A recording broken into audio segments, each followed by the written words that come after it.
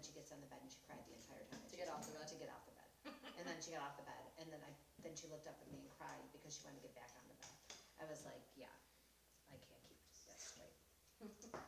I think our dog has bipolar. We're good? So. Yeah. Okay. She's just playing with you, actually. Yeah. She's like, how many times can I get them to do this? Oh, for sure. And moron over here kept doing it. Like, I'm like, oh, okay. She's like, don't listen to me. And then I finally looked at her, I'm like, stop, just stop. Just stop. Okay, we're ready. Rolling. All right. Hi guys, welcome to the Big Plan Podcast. Today we have our daughter Sydney in. Hello. We are discussing women in business, actually, or it's young women in business in general, and what Sydney does at our company, amongst many other things, she's Sydney of all trades, but like what she does is she vets investment opportunities for women in business and actually anyone that comes to us for investment, but she is at the forefront of really helping women specifically that are looking for investment opportunities. And I thought this would be a good time for you to kind of talk about what you do, what you look at, what you see, the differences amongst those investment opportunities or people looking for investments. Yeah. And kind of be able to share with everybody what that all looks like. Yeah, happy to. So, yes, I definitely see a lot of investment opportunities. I would say on average, we probably as a family office see somewhere between 400 to 600 investment opportunities a year, sometimes a little bit more, sometimes a little bit less. And what's interesting is each year kind of the thesis or the bulk majority of investment opportunities shift. Like a year ago, it was super heavy in cannabis, and this past year it's been super heavy in professional sports.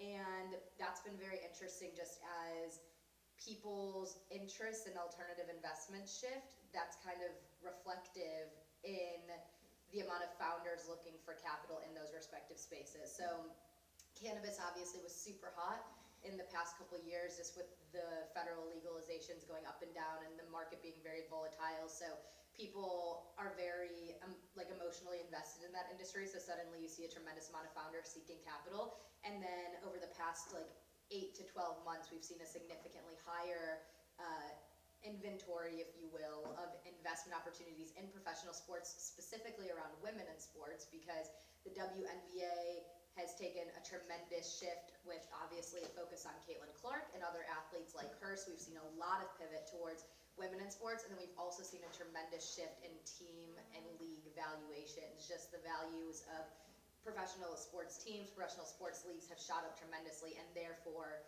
investors have kind of pivoted their interest towards sports and entertainment. There are still definitely a lot of investors looking at cannabis and real estate, but just within our existing portfolio, that's kind of the trends we're seeing. So it's really cool. As a woman in the space, I obviously am always pretty focused on trying to find ways to support other women founders, just because an interesting statistic, I don't know the exact number as of 2024, but in 2022, like well over 70% of founders seeking capital were women, and like 94.6% of venture capital funds wound up going to male-founded business, which is really interesting to see the difference of investors seeking capital and then how far skewed it was not in their favor of the dollars going towards those who needed it. So not that men founders do not, because they definitely do, but there was definitely a big discrepancy between where dollars were going and those who were seeking dollars. So and then and comparatively to what those numbers are like worldwide, when we're seeing on our scale down for our level, what is the roundabout percentages of what you're seeing for men seeking investments to women seeking investments for our company?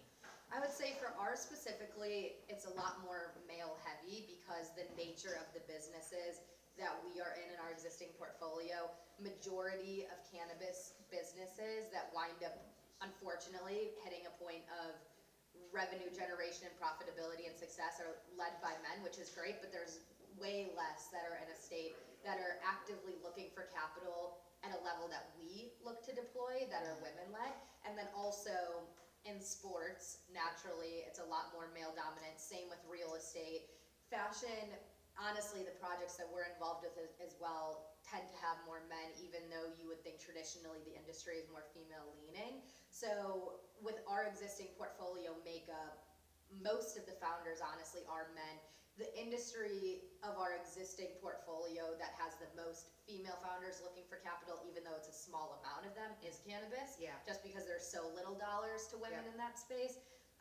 But I think, 5 years from now, because I kind of feel like professional sports are in, even though they've been around for a really long time, they're kind of in like this newfound infancy stage where there is so much new sports technology, sports real estate, and so I kind of feel like at the ground level of industries, when they start to develop new concepts and raise money, it's very male leaning. Yeah. And so it took a long time for females to even get involved in the space of cannabis to be willing to go out and raise capital. So I think we might see a little bit of a shift in real estate and hospitality and sports down the road for more female founders. And I also think that Travis Kelce kind of put like a little bit of a sexiness to the sports industry. sure. So I think that now all these people are coming out of the woodwork that want to do something in sports Yeah. because there is that sexy appeal to it. Totally. So when you are vetting through these investment opportunities, whether you're looking, well, actually, we do both sides. So we also are vetting investors that want to come on board to be part of our portfolio to invest in opportunities, but also companies and businesses that are coming to us to look for investments. Yep. So when you're going through those type of things, what are some of the things that key elements that get you interested? Because obviously the vetting process of going through a lot of the stuff is just like no, no, Yep, no. totally. So what are some of the things that you start to look at to hone in that actually start to pique your interest? So when I'm looking at investment opportunities that we are going to potentially lean Yep. into, one thing I'm very passionate about is people who are looking for capital investments, knowing their potential investors well. Like what I don't enjoy, what I tend to see a lot of women do, which is what makes me kind of sad because it's kind of part of a reason why I feel like a lot of women don't get the dollars they deserve, is because I don't want to say they're not as good as, because that's not the right way to put it, but I don't feel like a lot of women founders I've talked to have done the same level of due diligence about the people they are pitching to as a lot of male founders have. So when I'm listening on a Zoom to a potential investment opportunity, what I don't think is attractive is when they share their screen and flip through a deck on PowerPoint and read me every slide that's on the screen, and then without even knowing if that type of concept is something we would be interested in, without making it seem like they know any additional information aside from the info that's written on their slide. And then the hardest part is if you do tend to ask a question that might not be included in their investment materials that they're sharing their screen on, and they have to say, oh, let me ask my chief investment officer, let me ask my chief financial officer. People tend to believe that person is male, and then you tend, as a potential investor, to have a little bit less faith in the woman founder because you're worried that they have to Totally go makes and sense. ask their male counterpart for assistance. Bye, Maxie. So I would say that's something that's a little bit hard when you're Yeah. watching, that I don't feel men do as often. Okay. But there are still plenty of men that Yes. do, but I do feel like women are, and once again, I think a lot of that just comes because women are so focused on just trying to get the money and raise the money because it's so much harder for them to do that, that they oftentimes forget to have the personalization component of the pitch or the experience. One They story. have to work harder. They have to work harder. And Yeah. one story that taught me a lot, and it was so stupid, but one story taught me a lot was my dad we were in LA, remember, and we were meeting with a music manager, and we were there for about an hour and a half, and 75% of that meeting was my dad and that male music manager talking about their love for the Chicago Bears. And I was sitting there and I was like, Yeah, we both were. we're like, this is so boring. Yeah. We get it, Urlacher is great, now he's bald, he was really good, now, You're like, how much could you how possibly much could you talk about? possibly Yeah. talk about? And then when we left, I remember asking my dad, being like, that was such a waste of time. Why did we just spend literally an hour talking about the Bears? And he's like, because I promise it will come back around, that when we need an investor, we can hit him up and be like, hey, I know we only chatted one time, but just wanted to float this by you on our network. Bye, Maxie. And it wound up paying off. That guy literally came in because he established a level of trust and commonality and personalization in the relationship.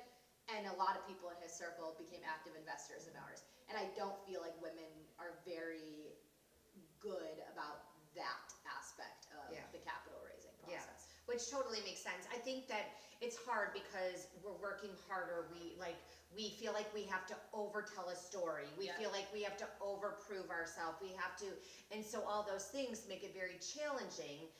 The other thing is we undersell ourselves. Yep. Right, so like when we go to ask for an investment, I think it's also, and I'm assuming this is what you see too, is women tend to ask for a lot less than men do. Yeah. And then what ends up happening is women have to go back and ask for more because they've undersold themselves in the end, Yeah. because we're just kind of, what's the minimum? Like, what can I just get help with? Totally. As opposed to seeing a bigger picture. And that also is worrisome to people that are investors, because they're like, well, that's not gonna go very far. What's the plan of action when you come back again? Yep. And you're almost underselling what you think that you're able to do. So Totally. like, and I'm assuming you're seeing a lot of those things. Completely, yeah, seeing a lot of that.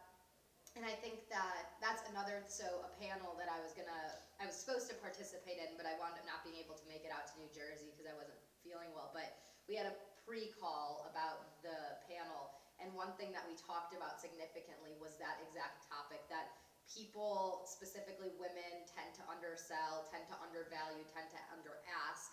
But what men do a lot of times is they overask, and they're like, shoot for the moon, and worse that happens is we land on the stars, and women like barely make it to the stars when they ask, and then they have to come back like you had mentioned, and then investors are like, why are you continuously coming back for money when it's really they just didn't ask for everything they needed up front. And I think that hopefully, as data continues to come out about the increase in female entrepreneurs and the increase in profitable companies being led by female founders across a multitude of different industries and sectors, I hope there will be a shift in confidence, both on the women founder side and also those who are investors, whether it be other women or men or anybody else in the space, to believe that they will be able to achieve profitability. But I do think, I mean, there's a significant greater amount of that now than there ever was 20 years ago, and it's still so far behind. But I also think it's very interesting as well, because a lot of what people envision is women founders pitching to male investors. But there also are a lot of female investors as well. And so I think the delivery between a female founder to a female investor and a female founder to a male investor also is something that has not been fully fine-tuned yet. And I think it goes both ways, because I think a lot of times male founders don't even give female investors the time of day sometimes to have those conversations, when a female investor is just as credible as a male investor. And so I do think there's that divide as well when you're like going across the sectors, being in like the founder versus investor standpoint, because the delivery is just different if you're a woman talking to a woman versus a woman talking to a guy, and vice versa. So hopefully that will continue to get better, but it's not perfect yet. So you go out and you meet with a bunch, I mean, the big joke with you and your boyfriend is you're surrounded by 50-year-old men all the time. All the time. Yep. So like, and the big joke is Jordan's always like, it's another 15-year-old man. Another one, Like another one calling you at 10 Another p.m. older man talking to you. So you're going out across the board and you're talking about investment opportunities, and you are a young woman, so that's two things that are kind of working against you in your favor. Yep. And you're on panels and you're talking about all these opportunities and investments and things that come, you know, whatever your specialty is in the cannabis space or whatever, and you're sitting on panels with all older men. Yep. So what are some of the things that you do to get past the uncomfortableness that happens when you are being presented or going, I mean, when you are presenting or going in front of these individuals, because you've got two things that are working against you? Yeah, I think one thing that I try to do very hard is, I've always been, and you know this, I've always been like a big crammer. Like I don't like to study for like weeks before a test, but I will, like 24 hours before a test, I'll lock myself in a room and learn everything I can and then hope that it pays off. And fortunately, majority of the time it's done me pretty well. So I try to do that when that's not really like the best piece of advice, but that is what I do before I do a panel or a speaking engagement, is that I will hop online and I will basically foreshadow what I think anybody would try to challenge me with and try to catch me in something that I don't know. So like, yeah, it's one thing to know, like at a high level, is cannabis federally legal? The answer is no. And so obviously I feel like a lot of people know that, and so I feel like that's not a question that somebody would ask me. And so I then hop online and I look up the statistic that I just pulled out about the venture capital dollars. And so that when and I hate to say that it's a level of overcompensation as a woman, but it kind of is. For sure. And so I try to use like the mindset of FAQs in my brain when I'm preparing for an opportunity, because I just want to feel as well read and up to date on like the current landscape of the topic that I'm talking about. So you're doing what other women do and trying to overprove. Yeah. Because you need to like prove yourself. For Feel sure. like you have to prove yourself. Completely. Regardless of the fact that I'm in this room because I deserve to be in this room. Totally. And the other thing that I try to do is before I speak on a panel or a conference call or whatever it may be, specifically if it's an in-person meeting, before we actually get to the point of the conversation or the panel, I try really hard to go up and shake everybody's hand and look them in the eye and tell them exactly who I am, where I came from, and why I'm here. And same thing they all do with each other when it's like in a locker room, and with a very firm handshake and direct eye contact, because I think a lot of times really strong, intelligent women are the things that lead a panel of really strong, intelligent men to crack, and that just gives me joy. And so it's like, So let's break them. yeah, and like they're all, and everybody who's there, I believe. One thing I don't like is I don't like when people have this perception that a panel of men shouldn't be there. Because Absolutely, that I do 100%. not agree with. Absolutely. And People that get asked to do these things deserve to be asked to do Without a these things. doubt. It doesn't matter the gender. Yep. It's just more the ability. Here's the thing. You're not so much getting intimidated by them. Yeah. They're getting intimidated For on sure. why you're there. Totally. So it's very different. Especially to your point, being young. Mm-hmm. But I do think that also does play to my benefit, because I think having the ability to be only a couple years out of school, being able to wrap my head around technology very quickly. Like one of the panels you and I had sat on together, I don't know if you remember here in Nashville, somebody asked what the expectation is from all the panelists on how AI will potentially be incorporated in Yes. the cannabis industry in 2, 3, 4, 5 years. And I think that if you ask that question to people like 60 and up, you're going to get a tremendously different and maybe slightly slightly archaic version of the answer. And so I do think that while being young has some negatives because you really don't have as much work experience, there are some significant positives that allow you to think quickly as it relates to modern technology, pop culture, and politics and things like that you have from just a younger lens, which I think has served to my benefit as well. Absolutely. So you go up, you look them in the eye, you shake their hand, and you answer the questions with full confidence. Mhm. So you're not looking around, checking out just to check to see if you have an answer.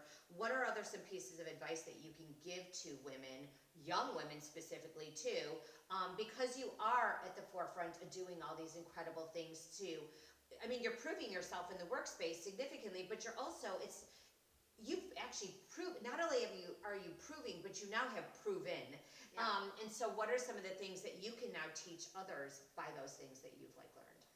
I think it's silly, but the elevator pitch is critical. Like I learned that in 5th and 6th grade with my public speaking teacher, and then every year after that in school, I would try to sign up for whether it be like the intro to business class in high school or the resume building class, and I took like intro to business 101 freshman year of college, because like being able to have an elevator pitch that isn't reading your resume for 30 seconds, because that's really when you do a panel or a public speaking opportunity, or you just hop up on stage quickly to introduce someone or whatever it may be, if you have 30 seconds to win a group of people over, whether it be just by confidence or intellect or presence or whatever it is, you have 30 seconds to do it, and that will make or break people's first impressions and trust in you.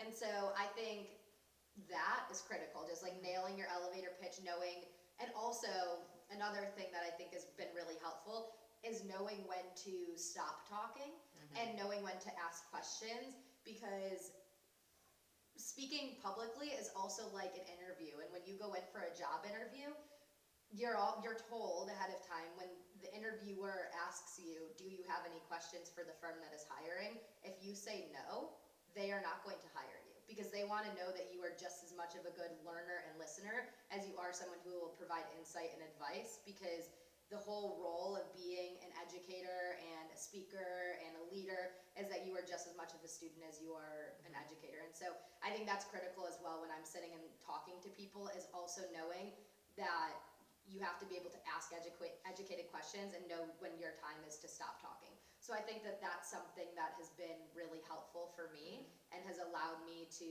learn and grow and also just continue to be strong in my profession. So I would say those two things are really critical. And honestly, those have nothing to do with what you know, which is crazy. Totally. Like, you don't have to know a lot to be able to talk about yourself eloquently for 30 seconds and know when to stop talking and ask other people about themselves.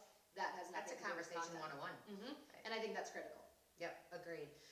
Okay, so now we talked about when you're looking at investment opportunities.